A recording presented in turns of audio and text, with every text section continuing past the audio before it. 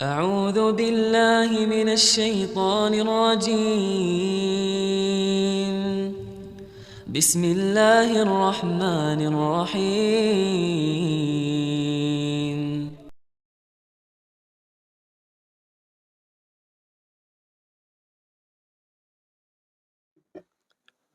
Bismillahirrahmanirrahim. Assalamualaikum warahmatullahi wabarakatuh. Innal hamdalillah nahmaduhu wa nasta'inuhu wa nastaghfiruh wa na'udzu billahi min shururi anfusina wa min sayyiati a'malina. May yahdihillahu fala mudilla lahu wa may yudlil fala hadiya lahu. Asyhadu an la ilaha illallah wahdahu la syarika lah wa asyhadu anna Muhammadan abduhu wa rasuluhu la nabiyya ba'd. Alhamdulillah, segala puja dan puji syukur kita panjatkan hanya kepada Allah Subhanahu wa taala Rabbul Alamin. Serta salawat dan salam selalu kita curahkan kepada baginda Nabi kita Muhammadin sallallahu alaihi wa ala alihi wa sahbihi wasallam, kepada keluarganya, kepada para sahabatnya, juga orang-orang yang mengikuti dan mencintainya ila yaumul qiyamah. Para hadirin jamaah yang dimuliakan dan dirahmati oleh Allah Subhanahu wa taala. Alhamdulillah, di hari ini Allah Subhanahu wa taala pertemukan kita kembali setelah di bulan Ramadan. Kita masuk sekarang di bulan Syawal. Kita masih dalam pembahasan kita berkenaan dengan orang yang terbaik.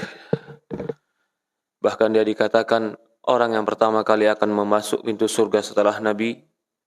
Bahkan dia akan menjadi orang yang paling tinggi kedudukannya di surga, bagaikan bintang-bintang, yang kita bagaikan manusia atau orang-orang yang berada di bawah bintang-bintang tersebut. Dia adalah orang yang langsung Allah Subhanahu wa taala sebutkan di Quran bahwasanya dia adalah sahabatnya Rasulullah. Dia juga orang yang Rasulullah SAW menjamin bahwasannya dia akan masuk ke dalam surga. Yang kita bahas adalah Abu Bakar As-Siddiq radhiyallahu an. Telah kita bahas namanya. Nama dia adalah Abdullah bin Abi Quhafah. Abi Quhafah itu namanya Utsman. Jadi nama dia sebenarnya adalah Abdullah bin Utsman, karena bapaknya adalah Abu Quhafah itu Utsman. Bapaknya Utsman atau Abu Quhafah ini masuk ketika Fathul Makkah. Dikisahkan dalam sebuah riwayat, Abu Quhafah ketika itu sudah tua. Dalam tuanya, dia ditemani oleh beberapa cucunya. Ketika dia ditemani oleh cucunya, dia naik ke sebagian gunung Ka'bah. Jabal Ka'bah. Kalau sekarang gunung Ka'bah itu sudah dijadikan hotel-hotel sebagiannya. Kalau dulu memang Ka'bah itu di lembah yang di bawah, di sekitarnya itu gunung atau bukit, ya, termasuk juga Safa dan Marwah itu bukit, termasuk juga yang mungkin sekarang jadi istana kerajaan di samping kanan masjid itu adalah namanya Jabal Ka'bah. Naiklah Abu Quhafah ke Jabal Ka'bah sambil dia menunggu dan dia mendengar kaum muslimin ketika itu ingin menguasai Makkah dan menaklukkan kota Makkah. Ketika dia melihat dari kejauhan debu yang sudah naik tinggi ke langit, gerombolan pasukan yang banyak. Ketika itu Abu Quhafah mengatakan, aku belum pernah melihat pasukan sebanyak ini. Ini merupakan pasukan yang diberikan pertolongan oleh Allah Subhanahu wa taala. Maka kedatangan pasukan tersebut, sampainya Rasulullah SAW ke Mekah, datanglah Abu Quhafah kepada Rasulullah dan mengucapkan syahadat la ilaha illallah. Itu ayahnya Abu Bakar yang bernama Abu Quhafah atau Utsman. Abu Bakar dia terkadang dinamakan Atik. Sudah kita bahas juga kenapa dikatakan Atik. Atik artinya dibebaskan dari neraka. Ada yang mengartikan Atik itu adalah cahaya, karena memang dia berparas gagah, berkulit putih, perawakan kurus, Abu Bakar As-Siddiq. Maka dikatakan dalam sebuah riwayat, Aisyah radhiyallahu anha itu orang yang paling mirip dengan Abu Bakar As-Siddiq radhiyallahu anhu. Abu Bakar As-Siddiq memiliki lebih daripada 6 orang anak. Dan 6 orang anak ini terdiri dari beberapa istri. Disebutkan dalam riwayat 4 istri. Salah satu istrinya adalah ibunya dari Asma. Asma binti Abu Bakar itu pun anaknya, tetapi beda ibu dengan Aisyah radhiyallahu an. Aisyah itu dengan Abdurrahman satu ibu. Adapun Asma, ibunya non-muslim. Ketika Abu Bakar masuk Islam, istri yang pertama ini tidak mau mengikuti Abu Bakar dalam keislaman. Dia juga punya anak yang bernama Abdurrahman. Abdurrahman pun awalnya tidak dalam Islam. Bahkan dalam sebuah riwayat, Abdurrahman menceritakan, ya ayahku, ketika di perang Badar waktu itu Abu Bakar As-Siddiq berada di pasukan kaum muslimin. Abdurrahman anaknya itu berada di pasukan kaum musyrikin. Berkata Abdurrahman kepada bapaknya setelah dia masuk Islam. Karena setelah Fathul Makkah, Abdurrahman pun masuk Islam.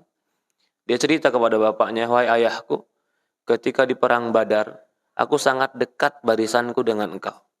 Dan sangat bisa aku untuk menghadapi dirimu. Tapi ketika itu aku berpaling darimu dan aku mencari jalan yang lain. Apa kata Abu Bakar kepada Abdurrahman? Wahai Abdurrahman, kalau seandainya aku tahu kau ada di situ, aku tidak akan pernah berpaling darimu dan aku akan menghadapimu. Kata para ulama, ini menunjukkan betapa kuatnya kecintaan Abu Bakar kepada Islam. Kalau seandainya dipertemukan dalam sebuah peperangan di depan matanya anak kandungnya, Abu Bakar mengatakan, aku tidak akan pernah berpaling darimu. Bukan ingin maksud melukai anak kandung, bukan ingin maksud tidak mencintai anak kandung, tetapi kecintaan kepada Allah dan Rasul sudah menyusup ke dalam hatinya sehingga tidak ada yang lebih dia cintai daripada Allah dan Rasul. Walaupun yang harus menjadi taruhan adalah anak kandung. Abu Bakar As-Siddiq radhiyallahu an, dia orang yang pertama kali masuk Islam. Ini sudah kita bahas juga. Ada yang mengatakan pertama kali masuk Islam Khadijah. Ada yang mengatakan pertama kali masuk Islam Ali bin Abu Thalib. Ada yang pertama kali mengatakan masuk Islam adalah Abu Bakar As-Siddiq radhiyallahu an. Pendapat-pendapat ini tidak saling bertentangan. Karena memang dari kalangan wanita yang pertama kali masuk Islam adalah Khadijah binti Khuwailid, istri baginda Rasulullah sallallahu alaihi wasallam. Yang pertama kali masuk Islam dari kalangan anak-anak adalah Ali bin Abu Thalib. Karena Ali bin Abu Thalib bertinggal bersama Rasulullah SAW. Mungkin kita nanti akan bahas juga. Kenapa Ali bin Abu Thalib tinggal bersama Rasulullah? Karena Rasulullah pernah tinggal bersama bapaknya Ali bin Abu Thalib, yaitu Abu Thalib. Lalu Rasulullah SAW ingin membalas budi Abu Thalib. Maka dia katakan, ya Abu Thalib, biarkan anakmu bersama. Karena dia tahu Abu Thalib itu dililiti dengan kemiskinan dan kefakiran. Tetapi orang yang penuh dengan kehormatan dan kewibawaan. Orang yang dari orang-orang tua adalah Abu Bakar As-Siddiq. Abu Bakar As-Siddiq, dia lebih muda dari Rasulullah SAW sekitar 3 tahun atau 2 tahun setengah. Maka ketika Rasulullah meninggal, lalu Abu Bakar As-Siddiq menjadikan khalifah. Setelah Abu Bakar As-Siddiq menjadi khalifah, 3 tahun dia meninggal dengan usia yang sama dengan Rasulullah SAW. Berarti menunjukkan antara Abu Bakar As-Siddiq dan Rasulullah itu berpaut usia sekitar 3 tahun. Di dalam sebuah riwayat, Abu Bakar As-Siddiq termasuk orang-orang yang dituakan. Bahkan ketika masuk Madinah dan hijrah, tidak ada orang yang beruban kecuali Abu Bakar As-Siddiq. Maka dia, dalam sebuah riwayat dikatakan, dia semir ubannya dengan dedaunan, yaitu dengan daun-daun yang mewarnai selain warna hitam. Bagaimana Abu Bakar As-Siddiq bisa membenarkan Rasulullah SAW? Abu Bakar As-Siddiq, dia punya fitrah yang suci, fitrah yang bersih. Dia bukan seperti kebanyakan orang-orang musyrikin dan orang-orang jahiliyah di zaman itu. Dia tidak pernah minum walaupun seteguk khamr. Padahal khamr di zaman itu sudah menjadi minuman biasa, minuman harian. Bahkan di rumah-rumah, di jalan-jalan, dimanapun orang minum khamr dan menjual khamr. Tapi Abu Bakar As-Siddiq radhiyallahu an dalam sebuah riwayat tidak pernah sekalipun meminum khamr. Ini menunjukkan bahwasannya memang dia mempunyai jiwa yang baik, fitrah yang suci. Abu Bakar As-Siddiq radhiyallahu an bukan seorang penzina. Abu Bakar As-Siddiq radhiyallahu an sebelum masuk ke dalam Islam, dia tetap menjadi orang yang dihormati dengan kebaikan akhlak, dihormati dengan kebaikan izzah, kemuliaan, tidak melakukan sesuatu yang mencacati dirinya di hadapan orang banyak. Dia juga terkenal dengan orang yang memiliki harta, kekayaan. Abu Bakar As-Siddiq dahulu termasuk salah seorang pedagang, dan pedagangnya adalah berdagang emas. Dia memiliki dinar dan dirham yang dia perdagangkan untuk orang ketika itu. Abu Bakar As-Siddiq radhiyallahu an, cerita masuk Islamnya kenapa dia langsung membenarkan. Dalam sebuah riwayat dikatakan, tidaklah orang ketika mendapatkan Rasulullah SAW menawarkan Islam, kecuali dia berkata dan berpikir sambil ada kebimbangan, lalu dia masuk ke dalam Islam. Kecuali Abu Bakar As-Siddiq. Begitu dia mendengar Rasulullah SAW menceritakan tentang Islam, tanpa ada sedikit pun di dalam dirinya kebimbangan, kecuali dia benarkan Rasulullah SAW. Apa faktornya? Kenapa Abu Bakar As-Siddiq radhiyallahu an membenarkan? Yang pertama memang faktor taufik ilahiyah. Allah memberikan kesucian dalam hatinya, sehingga Allah Subhanahu wa taala menjadikan hatinya terbuka untuk melihat kebenaran yang orang-orang belum melihatnya. Ini kesucian hati. Banyak orang yang melihat kebenaran itu walaupun orang lain belum melihatnya, dan dia yakin kebenaran itu akan ada. Tapi kebanyakan orang adalah dia akan tertipu dengan banyaknya apa yang dilakukan orang lain. Ini kebanyakan manusia seperti itu. Menilai kebenaran, pertamanya bukan mereka nilai benar, tapi melihat mereka akan menilai kemana kebanyakan manusia menilai. Abu Bakar tidak. Dia tidak melihat kebanyakan manusia menilai kemana. Tapi dia memiliki firasat, insting, iman, yang dengan itu basirah, ilmu. Karena kesucian hatinya, kebersihan jiwanya, Allah nampakkan ilmu itu. Selain daripada itu, Abu Bakar As-Siddiq itu orang yang mau belajar, orang yang mau bertanya, orang yang tidak malu untuk duduk dan mencari ilmu. Siapakah pertama kali yang dia tanyakan tentang kebenaran Nabi? Ternyata dia bertanya kepada ketika Khadijah mengajak Rasulullah SAW ke anak pamannya. Anak pamannya yaitu siapa? Waraqah bin Naufal. Waraqah bin Naufal ini kalau kita lihat nasabnya, dia adalah nasab termasuk nasab Quraisy yang paling pertengahan. Artinya betul-betul orang Quraisy. Sebagaimana Khadijah. Khadijah itu termasuk orang Quraisy, masih keturunan dari keturunan Nabi Ismail alaihissalam. Maka Abu Bakar As-Siddiq mengetahui Waraqah bin Naufal ini orang yang penuh ilmu, orang yang baca kitab, orang yang belajar agama, orang yang lebih tua daripada Abu Bakar As-Siddiq. Sebelum turunnya Nabi Muhammad SAW, Waraqah bin Naufal ini sering menjadi tempat bertanyanya Abu Bakar As-Siddiq tentang Nabi, siapa itu Nabi, bagaimana ciri-ciri Nabi.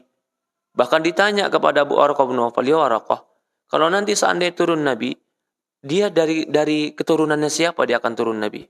Maka Waraqah itu mengatakan, akan turun Nabi dari keturunan Ismail.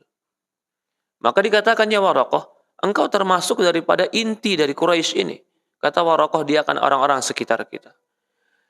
Ilmu yang dia dapat dari Waraqah bin Naufal ini, Nabi belum keluar. Nabi belum menyebutkan bahwa dia menjadi Nabi. Tapi ilmu yang dia dapatkan dari Waraqah ini menjadi ilmu yang dasar. Ketika Rasulullah mengatakan dia Nabi, Abu Bakar langsung mengatakan benar. Karena dia tahu apa yang sudah diceritakan oleh Waraqah bin Naufal. Sama seperti orang Quraisy atau orang-orang Madinah. Orang-orang Madinah, mengapa mereka yang ketika bertemu Rasulullah SAW di Ka'bah, Rasul menawarkan mereka ke Islam, orang-orang Madinah langsung mengatakan, cepat kau beriman, sebelum orang-orang Yahudi beriman. Mengapa orang-orang Madinah mengatakan itu? Orang-orang Madinah yang Arab. Semuanya hampir sama. Ternyata mereka mendapatkan ilmu bahwasannya akan keluar Nabi dari Ahlul Kitab. Kalau Waraqah bin Naufal langsung belajar kitab tadi. Dia belajar ke orang-orang Ahlul Kitab yang ketika itu di Syam. Yang sekarang mungkin Jordan, Palestina. Jadi dulu Syam, ya kalau kita sebutkan Syam itu berarti sekitar Jordan, Palestina, Syria, itu Syam. Dulu Syam itu mendekati Roma. Ya, itu di situ Ahlul Kitab banyak kumpul di sana. Bahkan dikatakan sebagai orang-orang yang lebih maju daripada orang-orang Mekah. Kenapa? Karena Syam lebih dahulu ada sebelum ada Mekah ada. Nabi Ibrahim, Nabi Lut, Nabi Musa, para nabi semuanya keluar daerah sana. Maka mereka menganggap apa yang keluar dari Syam dan apa yang diajarkan oleh orang-orang Syam itu adalah sebuah pengetahuan. Jadi orang-orang Arab termasuk menganggap kalau mendapatkan sesuatu dari Syam itu adalah kebaikan. Karena mereka mengakui keilmuannya, kemajuannya, pengetahuan orang-orang Syam. Kita kembali lagi.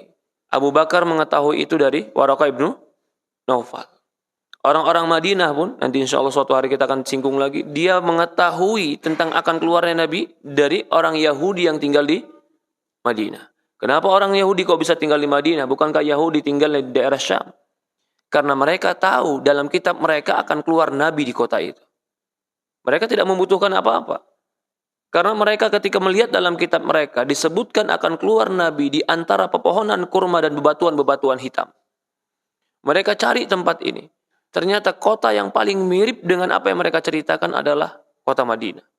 Sampai hari ini kota Madinah pun di pinggiran kota bahkan di sebagian tengah kota masih ada pohon-pohon kurma. Maka mereka di sana sebelum datangnya Nabi Muhammad SAW. Mereka kabarkan kepada orang Madinah. Kami pergi ke kota kalian ini karena kami yakin akan keluar Nabi di kota kalian ini. Tapi mereka meyakini itu dengan harapan mereka tinggal di Madinah. Nanti yang menjadi Nabi adalah keturunan mereka.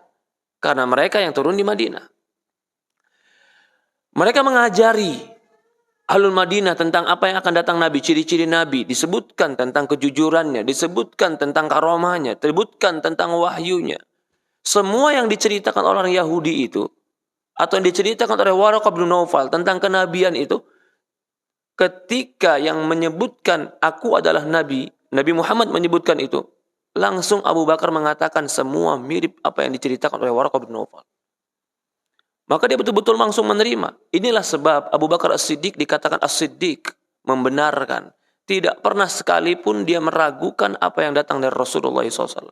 Bahkan dia katakan, kalau seandainya Rasulullah mengabarkan sesuatu, dan mataku melihat sesuatu yang lain, maka akan aku dustakan adalah mataku. Bukan kabar Rasulullah SAW. Betapa tinggi dan betapa kuatnya keyakinan Abu Bakar As-Siddiq radhiyallahu an terhadap Rasulullah SAW. Ketinggian keyakinan ini bukan hanya sekedar ucapan, tapi ketinggian keyakinan ini terbukti dari semua lini kehidupan dia, bahwasannya dia mendahulukan Allah dan Rasul dalam kehidupan. Di antaranya juga adalah bagaimana tentang persahabatan Rasulullah SAW dengan Abu Bakar. Rasulullah SAW dengan Abu Bakar, sebelum Rasulullah SAW menyebutkan atau mendapatkan wahyu dia sebagai Nabi, Rasulullah SAW sudah berteman dengan Abu Bakar.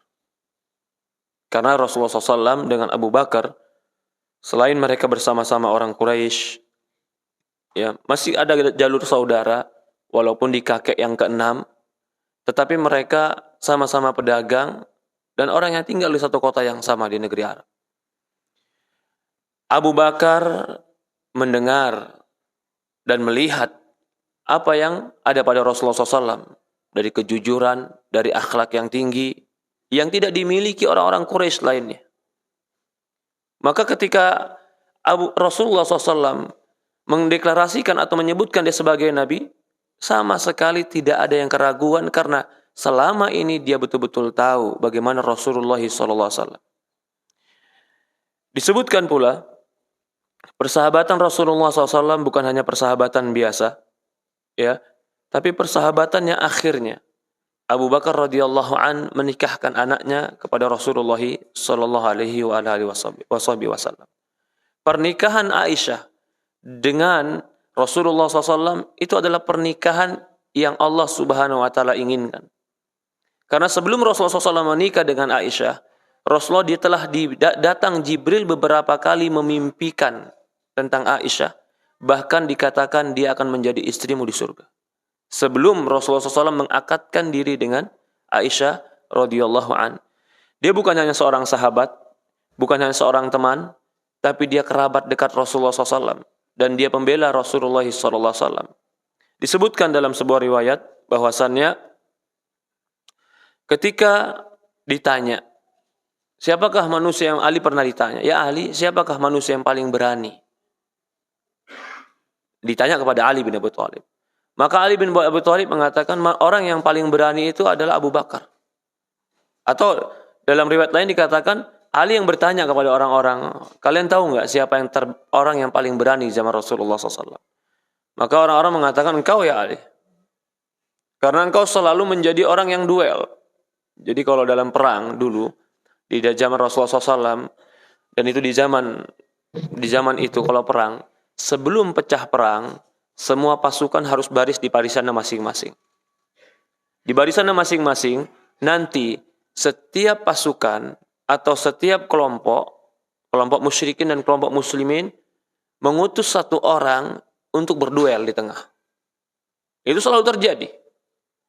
Dan di kalangan Rasulullah SAW selalu diutus untuk berduel, membuka peperangan adalah Ali bin Abi Thalib.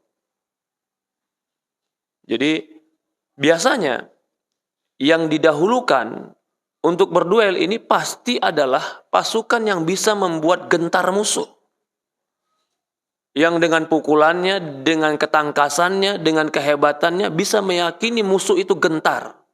Begitupun musuh akan mengutus pasukannya untuk berduel, ini adalah pasukan yang terbaik, yang terdidik, yang memiliki keahlian lebih daripada yang lainnya. Dalam sebuah riwayat, Ali bin Abi Thalib badannya kurus. Tetapi kekurusannya, dia mampu memegang pedang. Yang pedang itu berat, jika disabet atau ditebas ke musuh, maka pakaian baja musuh terbelah. Ali bin Abi Thalib radhiyallahu an. Subhanallah. Kita mungkin ngangkat pedang besinya, saya belum bisa, Pak. Apalagi nebas besinya, subhanallah. Ali bin Abi Thalib radhiyallahu an itu sahabat yang berani. Tapi kata Ali bin Abi Thalib, yang paling berani adalah Abu Bakar As-Siddiq. Kenapa yang paling berani Abu Bakar As-Siddiq? Karena ketika Rasulullah SAW mendeklarasikan atau menyebutkan dia Nabi, Ali bin Abi Thalib ketika itu hanya diam. Dia anak muda yang cuman beriman tapi nggak bisa berbuat apa-apa. Sampai suatu riwayat dikatakan ketika Rasulullah SAW mulai dipukul di depan Ka'bah, nggak ada berani yang membela Rasulullah SAW. Karena yang memukuli ketika itu tokoh-tokoh besar, orang-orang yang memiliki pengikut yang banyak. Siapa yang paling berani ketika itu membela Rasulullah SAW sampai memukuli orang-orang yang memukuli Rasulullah? Abu Bakar As-Siddiq. Abu Bakar As-Siddiq menarik mereka sambil mengatakan, apakah kalian ingin memukuli orang yang mengajak ibadah kepada Allah? Artinya dia terang-terangan, apa salahnya dia mengajak ibadah kepada Allah Subhanahu wa taala? Dalam sebuah riwayat dikatakan Abu Bakar As-Siddiq radhiyallahu an, dia orang yang paling berani karena dia juga ketika kaum muslimin masih mencapai sekitar 38 orang. 38 orang. Itu 38 orang bukan orang-orang yang menjadi penguasa. Rata-rata ketika di awal Islam 38 itu masih orang-orang lemah. Lemah dari sisi apa? Ada yang lemah dari sisi kedudukan karena sebagian mereka budak yang dilepaskan oleh Abu Bakar As-Siddiq. Lebih daripada 7 orang yang menjadi budak disiksa. Jika Abu Bakar lewat di depannya, Abu Bakar bayar agar dia lepas. Akhirnya masuk Islam. Belum lagi wanita, belum lagi anak kecil. Mungkin orang yang dianggap yang dewasa, memiliki harta, itu cuma Abu Bakar As-Siddiq. Dari 38 orang ini, Abu Bakar As-Siddiq sudah mengatakan, ya walaupun di dalamnya ada sahabat-sahabat yang mulia yang lain, tapi umumnya belum menjadi kekuatan yang kuat. Abu Bakar As-Siddiq mengatakan, ya Rasulullah, sudah terang-terangan saya dakwah kita. Kata Rasulullah, ya Abu Bakar, kita masih lemah, kita masih sedikit. Ketika itu dakwah masih bersembunyi di rumah Darul Arqam. Kata Abu Bakar, ya Rasulullah, tampakkan dakwah kita. Maka dalam sebuah riwayat dikatakan tidak ada yang pertama kali khutbah di depan orang musyrikin di samping Ka'bah terang-terangan tentang tauhid sebagaimana Abu Bakar As-Siddiq khutbah di samping Ka'bah tentang tauhid di awal Islam. Semenjak itu terang-terangan. Memang orang mengatakan juga ada zamannya Umar terang-terangan. Kalau zamannya Umar terang-terangan, Umar nantang. Siapa yang mengganggu Rasulullah, hadapannya sama aku. Artinya dia menantang, betul-betul ingin front. Gak boleh ganggu lagi. Kalau Abu Bakar bukan. Ini yang kubawa. Ini yang tauhid. Ini yang benar. Maka ketika itu orang-orang semuanya, sampai dalam sebuah riwayat dikatakan, ketika Abu Bakar mengucapkan tentang tauhid itu di depan Ka'bah, sebagian kaum muslimin segera atau agak berpencar. Ada yang di pojok sana, ada yang di pojok sini, ada yang... Karena mereka sedang khawatir nih. Kalau ternyata semua disergap, mati kita. Cuma 38 orang. Tapi Abu Bakar As-Siddiq radhiyallahu an tetap menyebutkan dan dia mengajak orang-orang ketika itu untuk mendengar bahwasannya apa yang dibawa Muhammad ini adalah mengucapkan la ilaha illallah. Lalu mereka mengatakan, ya Abu Bakar, apa kau biarkan orang-orang menghina Tuhan-Tuhan kami, Abu Bakar? Maka Abu Bakar tetap mengatakan dia adalah utusan Allah. Dia mengajak kepada tauhid. Keberanian Abu Bakar itu terbukti. Buktinya apa? Banyak sekali bukti tentang keberanian Abu Bakar. Dia bukan hanya berani secara fisik, bukan berani secara mental. Dia berani secara harta, kehormatan, fisik. Apapun dia pertaruhkan untuk bisa bersama Rasulullah SAW. Tidak ada satu riwayat pun dalam sebuah peperangan Abu Bakar tidak pernah ikut. Gak ada. Semua peperangan Abu Bakar As-Siddiq radhiyallahu an pernah ikut. Bahkan dalam sebuah perang Badar disebutkan ketika itu siapa yang Rasulullah SAW berada di sebuah tenda. Atau mungkin kita bilang, ya mungkin tenda. Tenda yang tempat dia bernaung sebentar.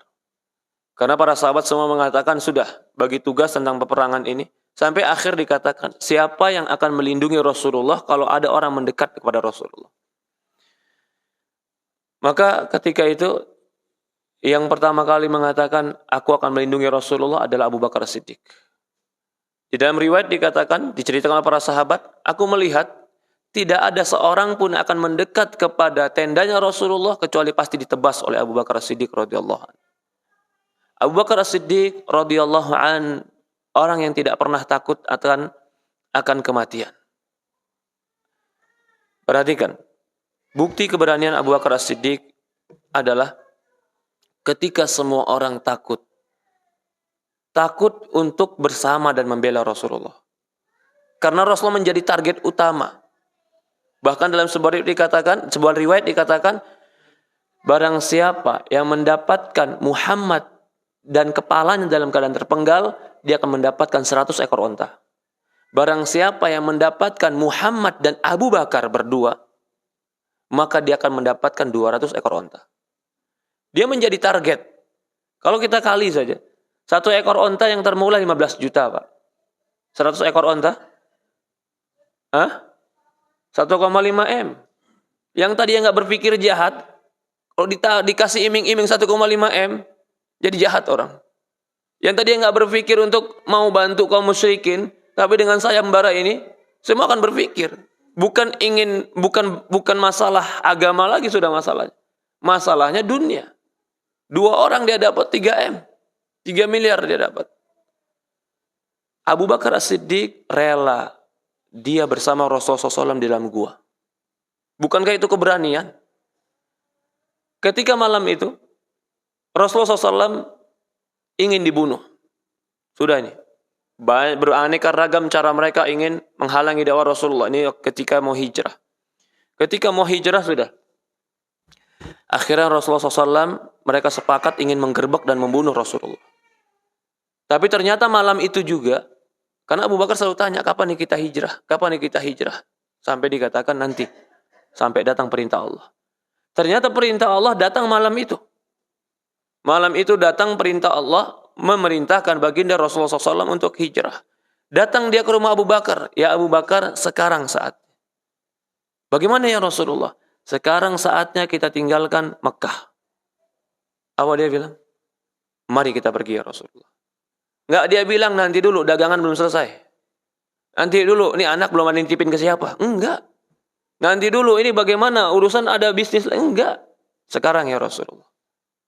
Dia punya anak, dia punya istri, dia punya usaha, dia punya perkebunan, dia punya peternakan. Dia tinggal semuanya. Apa dia pikirkan? Saya harus bersama Rasulullah. Jalan dia bersama Rasulullah SAW. untuk pergi hijrah. Ini bukti keberanian dia. Ketika itu yang kita katakan dia menjadi target. Siapa yang bisa mendapatkan dia akan mendapatkan 100 ekor onta. Akhirnya dia bersama Rasulullah SAW masuk ke dalam gua. Yang kita tahu bersama. Gua yang di atas gua Jabal Nur. Itu ternyata Masya Allah. Kalau kita pergi ke sana kita lihat. Itu tempatnya curam. Jadi untuk masuk ke dalam gua itu harus ke puncak gunung dulu. Dari puncak baru agak turun sedikit ke bawah. Dan itu curam. Barulah masuk ke dalam gua. Itu tempat yang sulit dimasuki sebenarnya. Ya, Abu Bakar As-Siddiq radhiyallahu an pernah masuk ke sana bersama Rasulullah SAW. Bukan Jabal Nur ya. Ini Jabal Thur, di Jabal Thur. Rasulullah SAW bersama Abu Bakar As-Siddiq ketika itu masuk ke dalam gua ini. Dalam sebuah riwayat dikatakan ketika Rasulullah masuk, Abu Bakar As-Siddiq berusaha menutupi semua lubang-lubang yang ada di dalam gua tersebut dengan kainnya. Pakaian dia yang dia robek. Sampai ada satu lubang yang sudah kehabisan kain dia. Kalau dia robek juga bajunya akan banyak robek. Maka dia tutup dengan jari jemarinya agar Rasulullah SAW tetap bisa aman dari hewan. Dalam sebuah riwayat dikisahkan di dalam buku-buku sejarah, ternyata di lubang itulah ternyata ada hewan yang menyengat dia. Sambil dia tahan sengatan hewan tadi karena dia khawatir Rasulullah SAW terbangun sampai dia keringatan. Untuk menahan hewan yang sedang menyengatnya agar Rasulullah SAW tetap dalam tidurnya. Orang-orang musyrikin datang. Allah sebutkan di Quran. Orang musyrikin datang untuk mencari Abu Bakar dan Rasulullah SAW. Naik ke atas gunung. Mereka melihat ada jejak kaki atau ada jejak atau mereka melihat ada sesuatu yang mencurigakan di gunung itu. Tapi Allah Subhanahu wa taala mengatakan di Quran, "Itsnani idhuma fi ghar." Dua orang ketika mereka di dalam gua. Id yaqulu li sahibih. Ketika Muhammad berkata kepada temannya. Sahibi maksudnya di sini siapa? Abu Bakar. Berarti ini Allah menyebutkan bahwasannya Abu Bakar adalah sahib. Yang lain itu, sahabat yang lain itu mengatakan akulah sahabat Rasulullah. Kalau Abu Bakar, Allah lah yang mengatakan dia sahabatnya Rasulullah. Ini keutamaan yang besar. Ketika dia berkata kepada sahabatnya, la tahzan, innallaha ma'ana. Jangan kau takut, jangan kau sedih, sesungguhnya Allah bersama kita. Keadaan ini keadaan yang sangat genting. Kata para ulama, ini menunjukkan keberanian Abu Bakar As-Siddiq radhiyallahu an untuk membela baginda Rasulullah sallallahu alaihi wasallam. Dalam riwayat-riwayat lain dikatakan, ya, ada sebuah ketika Rasulullah SAW sedang sholat. Lalu Uqbah bin Abi Mu'tiyah Mu'id bin Abi Mu'id mendatangi Rasulullah SAW. Ini waktu itu Rasulullah salat. Dia mendatangi Rasulullah SAW, lalu dia cekik Rasulullah SAW dengan kain. Ketika Rasulullah SAW sedang sholat. Kemudian Abu Bakar datang melepaskan selendang itu dari leher Rasulullah SAW dan berkata, apakah kalian akan membunuh seorang laki-laki yang mengatakan La ilaha illallah. Ketika itu di hadapan kebanyakan orang-orang Quraisy. Karena orang-orang Quraisy, petinggi-petinggi Quraisy ketika itu semua di depan Ka'bah. Tapi yang berani membela Rasulullah SAW adalah Abu Bakar As-Siddiq radhiyallahu an. Banyak sekali kisah-kisah keberanian Abu Bakar As-Siddiq di dalam pembelaan dia terhadap Rasulullah sallallahu alaihi wa ala alihi wasallam. Keberanian dia juga di dalam harta. Kalau tadi keberanian dia untuk mengorbankan jiwa. Dia pun orang yang paling berani untuk mengorbankan harta. Karena dua sifat ini memang menjadi ciri orang Arab. Dan dua sifat inilah yang menyebabkan dakwah itu akan berhasil.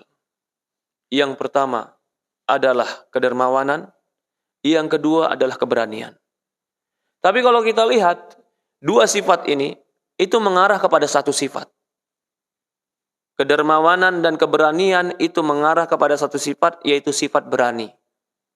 Orang dermawan itu berani karena dia berani menanggung apa yang dia belum tahu. Dia keluarkan sekarang, bagaimana akibatnya nanti. Saya yakin akan dapat yang lebih baik. Maka itu dikatakan, orang bakhil, orang pelit itu sumbernya adalah ketakutan dan kecemasan. Kenapa dia bakhil? Kenapa dia pelit? Ketakutan dan kecemasan. Kenapa dia berani? Kenapa dia dermawan? Keberanian dan ketenangan dan keyakinan. Maka dikatakan, Abu Bakar itu bukan hanya berani dalam mengorbankan jiwa. Dia juga termasuk orang yang paling berani dalam mengorbankan harta. Tidak ada orang yang paling berani sebagaimana Abu Bakar As-Siddiq radhiyallahu an paling berani mengorbankan harta. Dari kalangan wanita, yang paling banyak mengorbankan harta untuk membela Rasulullah SAW adalah Khadijah. Dari kalangan laki-laki, yang paling banyak mengorbankan harta adalah Abu Bakar As-Siddiq radhiyallahu an. Sampai datang turun ayat. Turun ayat pada surat Al-Lail. Wa anna sa'yakum la syatta. Adapun usaha kalian beraneka ragam. Lalu Allah sebutkan, fa amma man a'ta wattaqa wa saddaqa bil husna fasanuyassiruhu lil yusra. Wa amma man a'ta, orang yang memberikan hartanya, wa saddaq, dan dia membenarkan. Maksudnya Abu Bakar As-Siddiq.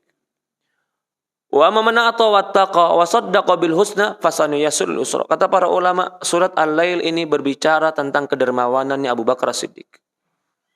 Kenapa Abu Bakar As-Siddiq menjadi orang yang Allah berikan hidayah? Kenapa Abu Bakar As-Siddiq menjadi orang Allah mudahkan untuk kebaikan? Kenapa Abu Bakar As-Siddiq menjadi orang yang Allah sebutkan saddaqa? Karena dalam ayat ini. Jadi diceritakan ketika Abu Bakar As-Siddiq radhiyallahu an melihat orang-orang atau melihat sebagian orang yang masuk Islam disiksa, terutama mereka yang bukan orang Arab asli, mereka yang pendatang, terlebih lagi mereka yang budak. Karena di zaman itu contoh termasuk antara Salman Al-Farisi, Bilal bin Abi Rabah. Salman Al-Farisi termasuk dibudakkan. Walaupun dia di kampungnya di Paris atau di Persia, dia orang kaya yang terhormat. Tapi ketika dia masuk ke Mekah, dan kisah Salman Al-Farisi masuk ke Mekah pun kisah yang luar biasa. Ketika dia masuk ke Mekah, dia nggak punya siapa-siapa, hidup sebatang kara. Orang yang hidup sebatang kara seperti ini termasuk orang yang lemah di Mekah. Kenapa? Karena kalau dia diganggu, dia disiksa, siapa yang mau bela dia? Termasuk juga Bilal bin Abi Rabah. Bilal bin Abi Rabah itu budak dari Ethiopia yang tinggal di Mekah, yang nggak punya qabilah, artinya nggak punya paman dan anak paman yang banyak yang bisa bantu dia.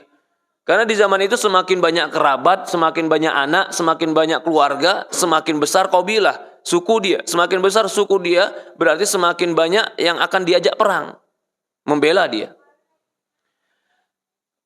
Dikisahkan bahwasannya setiap Abu Bakar As-Siddiq itu melihat budak-budak disiksa, Abu Bakar As-Siddiq radhiyallahu an itu selalu membebaskan budak-budak tersebut. Dalam sebuah riwayat dikatakan ketika Abu Bakar masuk ke dalam Islam, Abu Bakar itu mempunyai uang 40.000 dinar. Ya, kalau dinar itu umpamanya dirham, umpamanya kalau satu dinar itu adalah 3,5 gram satunya. 3 graman, sekitar itu kan? Kalau dia punya 40.000, berarti 40.000 dikali 3. Berapa, Pak? 12.000 gram. Kalau 1 gram 1 juta? Hah? Berapa? 12 triliun? Hah? Miliar. Itu semua habis dia infakkan di jalan Allah ketika dia di Madinah sisa cuma 5.000. Abu Bakar As-Siddiq. Sampai dalam sebuah riwayat dikatakan, ya diriwayatkan Ibnu Katsir, bahwasannya ketika turun ayat tadi, Walail tadi, lalu Abu Bakar As-Siddiq radhiyallahu an, ini sepakat para ulama, surat Al-Lail ayat 17 dan 18 dan kisah surat Al-Lail itu sepakat bercerita tentang kedermawanan Abu Bakar As-Siddiq. ketika dia lihat budak-budak tadi disiksa oleh orang musyrikin, maka setiap dia lihat dia lepaskan. Maka Allah mengatakan inna sa'yakum lasyatta. Usaha kalian itu macam-macam. Ada orang musyrikin yang usahanya menawan, menyiksa. Ada usaha kaum muslimin yang membebaskan dan melepaskan. Maka di dalam ayat itu Allah sebutkan, fa amma man a'ta, orang yang memberikan harta begini dan begitu. Wa amma man bakhila wastaghna. Adapun orang yang sombong, yang bakhil, merasa kaya, maka Allah sebutkan dua kelompok di situ karena memang kelompok pertama adalah Abu Bakar, kelompok kedua adalah orang musyrikin yang mereka merasa sombong dan angkuh untuk menyiksa kaum muslimin yang lemah. Maka kata para ulama sepakat ayat ini turun untuk Abu Bakar As-Siddiq radhiyallahu an. Ya. Lihat ayat tadi. Ayat tadi Allah sebutkan tentang kalau kau berikan hartamu, kau benarkan dan kau beriman, Allah akan mudahkan engkau kepada kemudahan. Kemudahan apa yang Allah dapatkan kepada Abu Bakar Siddiq disebutkan oleh para ulama, salah satunya adalah belum pernah 4 nama bergabung dalam satu orang keempat-empatnya sahabat Rasulullah. Maksudnya begini, Abdurrahman ini atau Abdullah bin Zubair. Abdullah bin Zubair, bapaknya Abdullah sahabat, Zubair juga sahabat. Ibunya adalah Asma, anaknya Abu Bakar. Abdullah bin Zubair, bapaknya sahabat. Kakeknya Abdullah berarti siapa?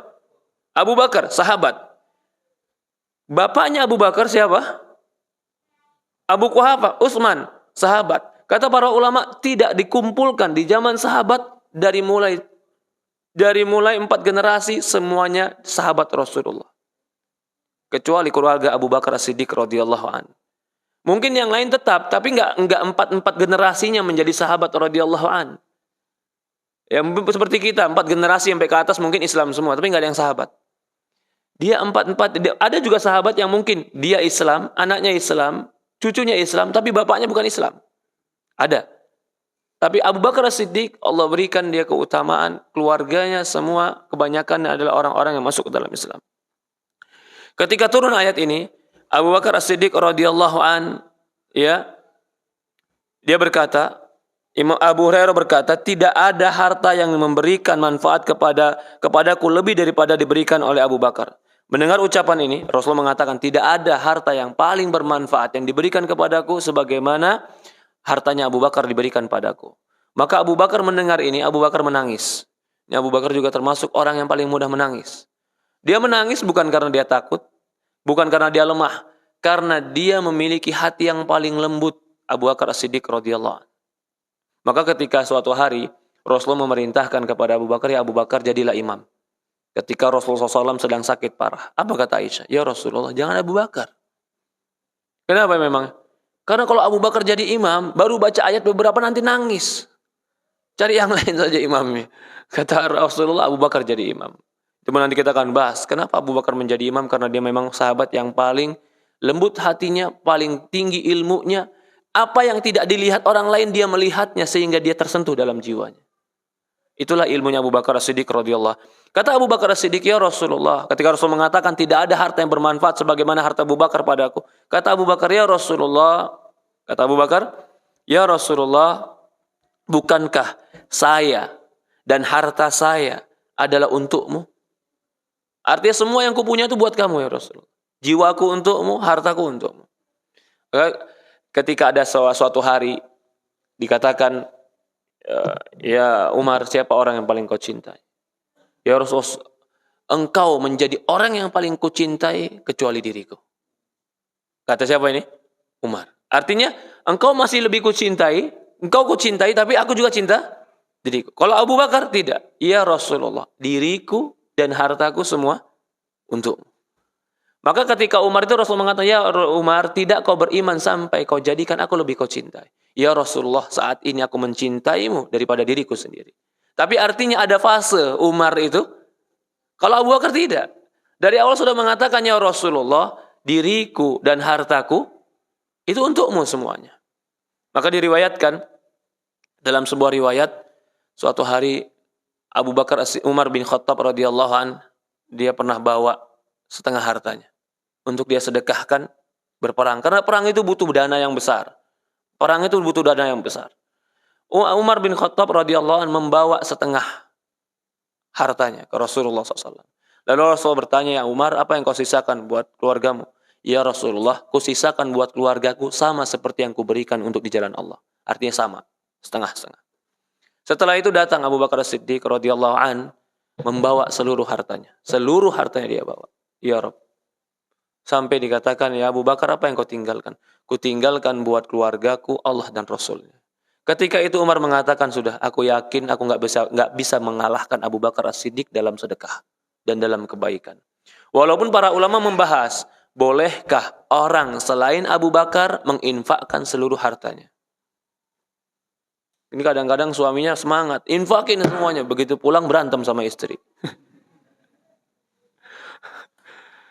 Ini pun menunjukkan bahwasannya istri dan anaknya semuanya sama. Ketika dibawa semua harta ke Rasulullah, nggak ada istrinya protes, anaknya protes, keluarganya protes, nggak ada, semua diam. Apa yang ditinggalkan untuk mereka? Allah dan Rasul. Berarti dia pun mendidik keluarganya dengan didikan yang baik. Walaupun kita nggak mengingkari, ada istri yang diceraikan oleh dia karena tidak mau masuk Islam. Termasuk ibunya Asma. Ketika Asma berkata ke Rasulullah, ya Rasulullah, ibuku datang kepadaku, wahiyya raghibah. Dia pengen dunia, tapi dia musyrik. Rasulullah mengatakan, sambung silaturahmi kepada ibumu. Artinya Rasulullah tetap mengizinkan.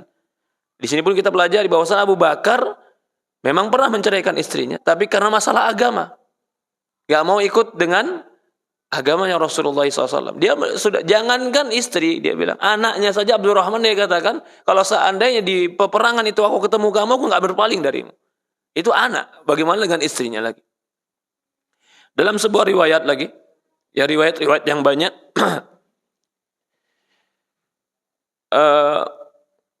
suatu hari disebutkan dalam riwayat Baghawi dalam tafsirnya Ibnu Asakir dan dari Ibnu Umar berkata, Rasulullah SAW bersabda, di sana ada Abu Bakar yang dia memakai baju jubah yang berlubang. Ya, ini walaupun cerita ini sebagian dilemahkan para ulama. Di bagian dadanya, kala itu Jibril turun dan berkata, wahai Muhammad, mengapa saya melihat Abu Bakar memakai jubah yang berlubang di bagian dadanya? Rasul menjawab, dia telah menginfakkan hartanya untukku sebelum dibukanya kota Mekah. Jibril berkata, sesungguhnya Allah menyampaikan salam untuknya. Dia berkata, katakan kepadanya, apakah kau rela dengan kefakiranmu atau kau tidak suka? Jadi Abu Bakar itu fakir gara-gara banyak hartanya untuk Rasulullah SAW. Tapi dalam riwayat ini kata Abu Bakar, ya aku rela terhadap apa? Apakah saya tidak rela terhadap Tuhanku? Saya rela, saya rela, saya rela. Dalam sebuah riwayat, dia itu banyak orang-orang yang dia infakkan dalam hidupnya. Artinya banyak orang yang bergantung hidup kepada dia. Dia berikan kehidupan. Termasuk salah satunya adalah kisah Mistah. Mistah dan ibunya ini memang masih kerabat, tapi bukan kerabat dekat dari Abu Bakar As-Siddiq. Tapi Abu Bakar As-Siddiq memberikan kehidupan untuk mereka. Ya. Tapi apa yang dilakukan oleh Mistah? Mistah menyebarkan dan ikut memberitakan bahwasannya Aisyah berzina. Ibunya Mistah nggak suka kepada Mistah, marah. Sampai suatu hari ibunya Mistah ketika tersandung, dia langsung mengatakan celaka Mistah. Aisyah bingung, ya Ummul Mistah, kenapa kau katakan celaka Mistah? Dia ikut perang, dia sahabat Rasulullah. Disebutin sama Aisyah keutamaannya. Padahal yang menyebutkan celaka siapa? Ibu kandungnya sendiri. Maka Ummu Mistah mengatakan, ya Aisyah, kau nggak dengar apa yang diucapkan Mistah tentang dirimu? Kata Aisyah, aku nggak tahu. Padahal ini sudah sebulan isu berkembang. Sebulan isu berkembang, Aisyah nggak tahu isu itu tentang diri dia. Ini menunjukkan Aisyah pun orang yang menjaga diri dari pergaulan. Ya, kalau orang sekarang, ya subhanallah, per detik langsung keluar berita itu. Aisyah nggak tahu ada apa. Disebutkan Mistah mengatakan begini dan begitu. Aisyah langsung terpukul, tambah sakit. Singkat cerita, Abu Bakar marah kepada Mistah. Sampai Abu Bakar mengatakan, aku tidak akan lagi memberikan infak kepadamu. Artinya nggak menghidupkan kamu lagi. Sampai turun ayat Allah Subhanahu Wa Taala. Bukankah kau mau dimaafkan oleh Allah? Maka maafkanlah mereka. Maka kata Abu Bakar, ya Allah, aku ingin ampunanmu, aku ingin maaf darimu. Dia maafkan Mistah dan dia lagi infakkan Mistah radhiyallahu an. Ini kedermawanannya Abu Bakar As-Siddiq radhiyallahu an. Sahabat yang tidak pernah takut dengan kemiskinan dengan infaknya. Dan tidak akan pernah ada. Tidak akan pernah ada satu kisah orang yang banyak berinfak menjadi fakir. Tidak akan pernah ada. Tapi kalau kita kumpulkan orang yang berinfak menjadi kaya, itu banyak.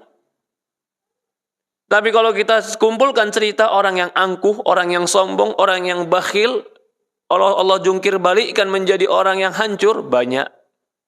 Banyak. Abu Bakar As-Siddiq radhiyallahu an ketika pindah ke Madinah, apa yang dia bawa? Kebunnya dia tinggal, rumahnya dia tinggal. Yang dia bawa cuman apa yang bisa dia bawa di tasnya. Ketika itu dia hijrah. Gak mungkin dia bawa banyak-banyak karena dia pun bersembunyi dari orang-orang musyrikin. Gak banyak yang dia bawa. Tapi apakah ketika dia di Madinah memulai dari nol lagi? Apakah dia menjadi fakir, miskin? Dia menjadi orang kaya lagi. Abu Bakar As-Siddiq radhiyallahu an. Karena rizki itu kalau sudah Allah takdirkan dan Allah tuliskan tidak akan pernah tertukar dan tidak akan pernah tertinggal. Tapi masalahnya tinggal keyakinan. Tinggal keyakinan kita bahwasannya Allah Subhanahu wa taala wa ma anfaqta fa huwa yukhlif. Apapun yang kau infakkan, Allah Subhanahu wa taala akan gantikan.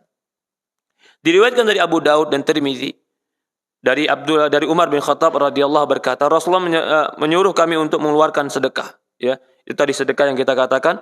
Akhirnya kesimpulannya, ketika Abu Bakar menginfakkan seluruh harta, apakah ini boleh bagi selain Abu Bakar? Sebagian ulama mengatakan tidak boleh menginfakkan seluruh harta kecuali untuk Abu Bakar saja. Jadi kalau kita sekarang begitu dengar cerita Abu Bakar pulang, Ustaz saya mau infakkan, jangan antum nggak usah. Kenapa Ustaz? Bisa jadi hari ini antum semangat, habis dengar cerita 2 hari 3 hari antum nyesel, tapi uang udah keluar semua. Karena iman kita ini Yazid yang kusnya naik turunnya luar biasa. Kalau Abu Bakar, begitu dia melakukan, nggak pernah dia menyesal.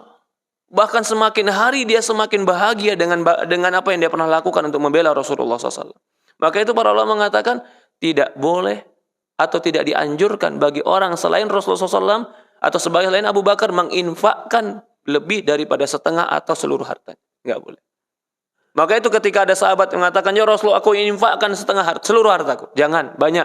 Ya sudah ya Rasulullah, 2/3 hartaku. Jangan. Ya Rasulullah setengah, jangan. Ya udah 1/3 ya Rasulullah. Ats-tsuluts katsir kata Rasul. 1/3 itu banyak kata Rasulullah. 1/3 itu banyak. Nah, kita kan senang kalau dengar 1/3 banyak, berarti 1/3 saja. Iya, kita begitu memang. Ya itu memang jiwa kita. Abu Bakar As-Siddiq radhiyallahu an, dia jika mendapatkan sesuatu dan sangat bahagia jika sesuatu itu dipakai oleh Rasulullah SAW. Maka banyak sekali peperangan-peperangan, dakwah-dakwah Islam, kebutuhan-kebutuhan Islam yang ditopang oleh Abu Bakar As-Siddiq radhiyallahu an. Begitu juga Utsman bin Affan. Begitu juga Umar bin Khattab. Umar bin Khattab juga termasuk sahabat kaya. Tapi apakah dia pernah tinggal atau pernah meninggalkan Rasulullah SAW karena kesibukan dunia? Enggak. Apakah pernah Abu Bakar pernah sekali aja absen nggak ikut perang karena kesibukan dunia? Nggak pernah. Utsman bin Affan radhiyallahu an, sahabat yang kaya, yang penuh dengan kedermawanan, yang dia wakafkan sampai hari ini wakafnya masih ada, menjadi hotel-hotel, sebagian hotel di Madinah itu wakafnya Utsman bin Affan. Apakah pernah karena dia kaya dia sibuk, ya Rasulullah nanti dulu sholat jamaahnya, sibuk ini? Subhanallah. Ternyata nggak ada korelasinya antara ibadah kita fokus kepada Allah dengan kekayaan. Artinya nggak ada korelasi apa? Jangan pernah berpikir kalau kita ibadah, kita duduk di masjid, kita sholat, nanti usaha kita terbengkalai. Enggak. Kalau kita rajin kerja, rajin terus fokus kepada pekerjaan, lalu sholatnya nanti dulu lagi sibuk, pasti kita kaya? Belum tentu. Belum tentu. Karena itu pemberian Allah Subhanahu wa taala. Allah tahu siapa yang Allah berikan. Allah tahu Allah berikan kepada Abu Bakar karena Abu Bakar juga Allah tahu akan diberikan untuk apa. Juga Allah tahu kenapa Allah nggak berikan kita, karena Allah tahu kalau kita punya banyak untuk apa. Karena Allah Maha tahu. Disebutkan lagi, ya, innallaha tabaraka wa ta'ala khayyara 'abdan baina dunya wa baina ma 'indah fakhtarahu dzalikal 'abdu ma 'indallah. Allah telah memberikan pilihan kepada seorang hamba antara dunia dan antara akhirat. Maka hamba tersebut memilih Allah. Ketika mendengar ini, Abu Bakar As-Siddiq radhiyallahu anhu menangis. Para sahabat yang lain bingung, kenapa dia menangis? Ternyata Abu Bakar As-Siddiq sudah mengetahui ayat ini adalah atau hadis ini untuk Rasulullah dan ingin menunjukkan bahwasannya maksud dengan hamba di sini adalah Rasulullah yang dia memilih akhiratnya, menunjukkan sebentar lagi Rasulullah SAW akan kembali ke akhirat. Kata para ulama, berdalil dengan ini pula kefakihan dan pemahaman Abu Bakar lebih selangkah maju daripada para sahabat yang belum memahami. Diriwayatkan juga tentang kedermawanan dari Abu Bakar radhiyallahu an, ya. Dikatakan jarak antara infak yang kalian berdua lakukan adalah laksana dua kalimat yang kalian ucapkan. Jadi suatu hari pernah Abu Bakar datang ke Rasulullah. Dia datang dengan harta yang banyak. Dia katakan, ya Rasulullah, dengan sembunyi-sembunyi, ini hartaku kusedekahkan, biar Allah yang membalas berapa pantasnya. Lalu setelah itu datang Umar bin Khattab, ya Rasulullah. Umar bin Khattab datang dengan terang-terangan, dengan sedekah. Lalu katakan, ya Rasulullah, ini infakku dan aku berharap Allah berikan pahala kepadaku. Lalu Rasul mengatakan di akhirnya, infak kalian akan kalian dapatkan sesuai dengan kadar ucapan kalian di sisi Allah. Artinya, Abu Bakar menyembunyikan, lalu dia menyerahkan pahalanya biar Allah yang tahu. Umar menampakkan, bukan Umar ria, boleh menampakkan sedekah. Boleh tidak menampakkan sedekah? Boleh. Umar menampakkan sedekahnya, bukan berarti Umar ria. Tapi Umar berharap, ya Allah, ya Rasulullah, ini sedekahku supaya Allah berikan aku pahala. Kata Rasulullah SAW, kalian mendapatkan pahala sesuai kadar ucapan kalian. Kata para ulama, di sini ingin menunjukkan Abu Bakar yang terbanyak, Abu Bakar yang tersembunyi, Abu Bakar yang termurni dalam berharap pahala dari Allah. Karena dia katakan, biar Allah yang lebih tahu berapa hak pahala ini. Jadi dia tidak mengharus, seolah-olah dari kalimat itu tidak mengharuskan aku harus dapat pahala, tidak. Allah lebih tahu tentang itu. Maka dia sedekahnya lebih banyak, dia sedekahnya lebih sembunyi, dia sedekahnya lebih ikhlas dibanding kita semuanya. Dibandingkan dalam hadis ini dengan Abu Bakar, dengan Umar. Iya, karena Umar orang yang terbaik di zaman itu. Orang yang terbaik saja, jika dibandingkan dengan Abu Bakar tetap lebih baik. Bahkan dalam sebuah riwayat dikatakan, kalau seandainya kebaikan Umar bin Khattab disebutkan, maka tidak akan pernah cukup tulisan-tulisan menyebutkan kebaikan Umar bin Khattab. Tetapi seluruh kebaikan Umar bin Khattab itu hanya satu bagian dari kebaikan Abu Bakar As-Siddiq. Subhanallah. Betapa banyaknya kebaikan Abu Bakar As-Siddiq radhiyallahu anhum. Disebutkan juga di sini tentang kepandaian. Abu Bakar itu orang yang pandai. Dia masuk Islam di usia 40 lebih. Turun Quran sekitar berapa puluh tahun? 20 tahun. Ya tidak? 20 tahun. Bertahap turun. Berarti umur 60 tahun atau hampir 60 tahun baru berhenti Quran. Dia umur 58 Quran berhenti karena Rasulullah meninggal. Tapi disebutkan para ulama, dia hafal Al-Quran dari awal sampai akhir. Kalau ditanya, berarti dia ngahafal Quran umur berapa mulainya? Hah? Umur 40. Coba kita sini umur 40 suruh mulai hafal Quran. Alasannya Ustaz, lemah Ustaz. Sibuk Ustaz. Banyak pikiran Ustaz. Sama kayak saya berarti kamu itu. Abu Bakar gak kayak begitu. Abu Bakar sampai umur 60 tahun, dia hafal Quran semuanya. Dia hafal Quran. Apakah Abu Bakar gak sibuk? Dia punya harta tadi berapa? 12 M. Subhanallah. Dia punya istri tadi berapa? 4. Dia punya dakwah. Dia punya anak. Dia punya cucu. Dia punya kebun. Hafal Quran dia? Apa? Lalu kita, alhamdulillah. Ya. Itu kecerdasan Abu Bakar As-Siddiq radhiyallahu anhu.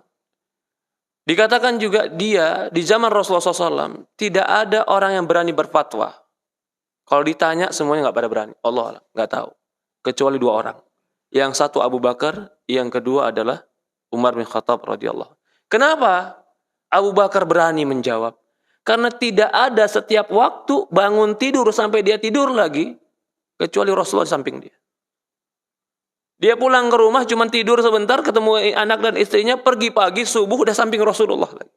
Jadi tidak ada ucapan Rasulullah SAW, fatwa Rasulullah SAW, Rasulullah ditanya, Rasulullah menghadapi masalah, pasti Abu Bakar di sampingnya. Itu semua ilmu.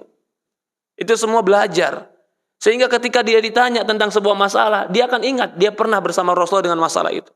Kalau seandainya ada sebuah masalah yang dia tidak tahu, dia akan kumpulkan para sahabat yang tahu.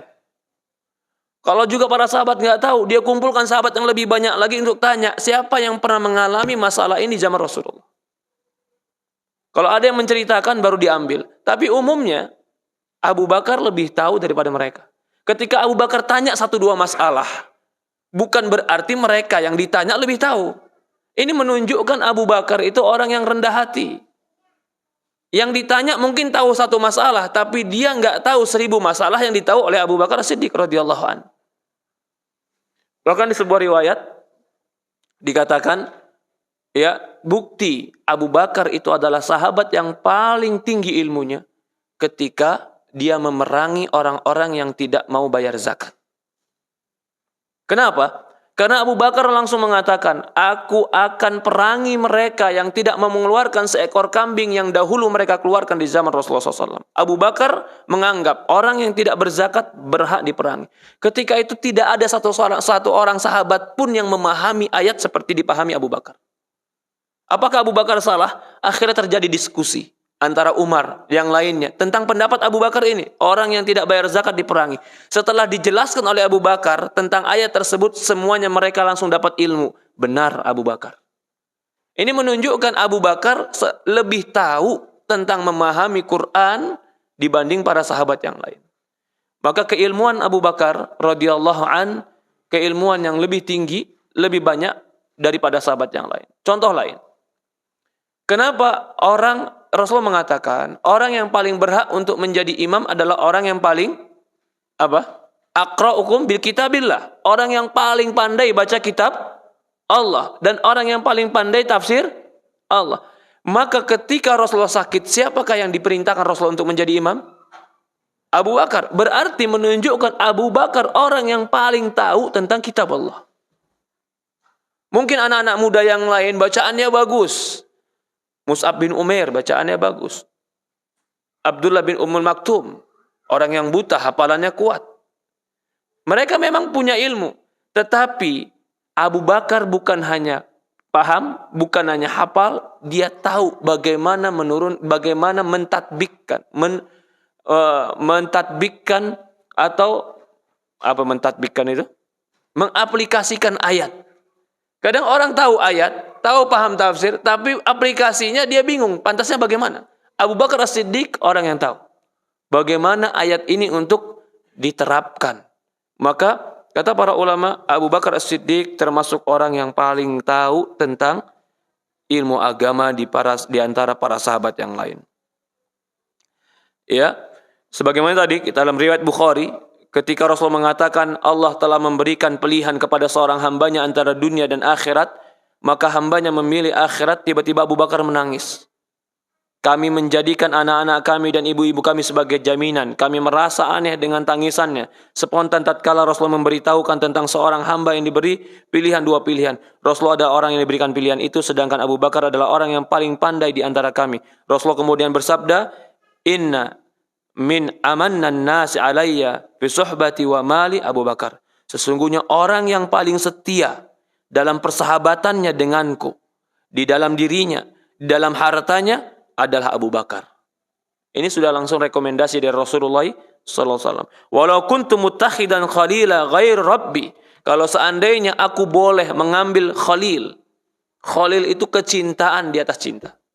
Jadi ada sahabat, ada kecintaan, ada khalil, ada habib, ada khalil. Khalil itu kecintaan yang bercampur, yang tidak mungkin bisa terpisah.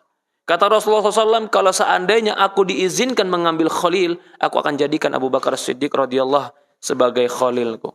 Ini keutamaan yang besar tentang Abu Bakar As-Siddiq radhiyallahu an. Ya, sudah 1 jam pertemuan kita. Qadarullah. Sebenarnya saya ingin menyelesaikan biografi Abu Bakar Siddiq hari ini, tapi insya Allah kita masih akan lanjutkan lagi tentang bagaimana Abu Bakar Siddiq radhiyallahu an di zaman Rasulullah sallallahu alaihi wa ala alihi wasallam. Dan akan turun ayat-ayat yang ayat-ayat itu memuji, menyanjung Abu Bakar Siddiq radhiyallahu an. Allah musta'an. Mungkin ada pertanyaan, tafadhol, dipersilahkan.